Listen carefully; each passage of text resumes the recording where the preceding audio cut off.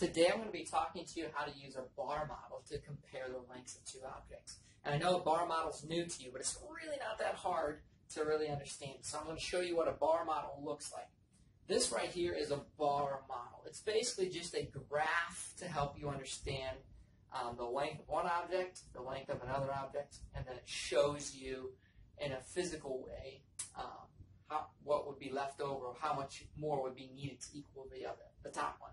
It'll make sense as we start this. So bar models are used to help compare the length of objects. So for example, in this one, we have this is a blue box, a blue ribbon. So we take this blue, I can show you this blue box, kind of like it represents this top one here. See that?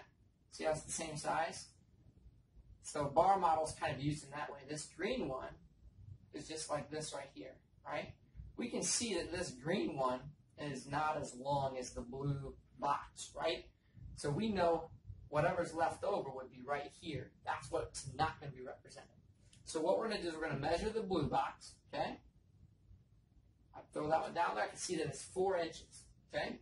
So the 4 inches. That's the blue box. The blue box is 4 inches, right? If I set that on top of there, you can see the 4 inches, right? Now let's go ahead and measure the green one. The green one is 2 inches, okay? So I'm just going to go ahead and slide the green one while I have it here. I want to stick it right there for us so we can see how it looks there. And we said that that one was 2 inches, right? So if I look at this bar box, I can see that the blue box is 4 inches, the green box is 2. So I know that if I were to take 2 plus whatever I put in here, it should equal that. So I know that 2 plus 2 equals 4. So I know that 2 should go right here. I could do it that way, or I could also go 4 minus 2 equals, and that number is going to tell me what would go right here, which is 2. And all those would be considered into inches. So the bar box is the way that you use it to show the larger one on top, the smaller one on the bottom, and then this part right here is what will be left over, or how much more you would need to equal the top box, the larger length item. All right? So let's do another one together, and we'll figure out all the answers that go with that. So here we can see we've got the 4, the 2, and the 2 from our answer before. Our box right here is 4. This green box was 2. How much more left over would be 2? I can write an equation to find the difference. I kind of showed you on the last one there. I know that I could write an equation like this. I could say 4, which is this, minus this number, minus 2. 4 minus 2 equals this. So I took 2 plus 2 should equal 4. I could write it that way, or I could say this. 2, which is this number right here, plus 2, which is this number, is going to equal that number, which is 4. So 2 plus 2 equals 4. I can write a sentence to compare the boxes. The blank box is blank inches longer than the blank box. Well, the larger box is the blue box. The blue box is 2 inches longer than the green box. So these bar models help us figure out these different equations and sentences too, because we can use them to help us write equations that work. So let's do that again. This time we're going to do it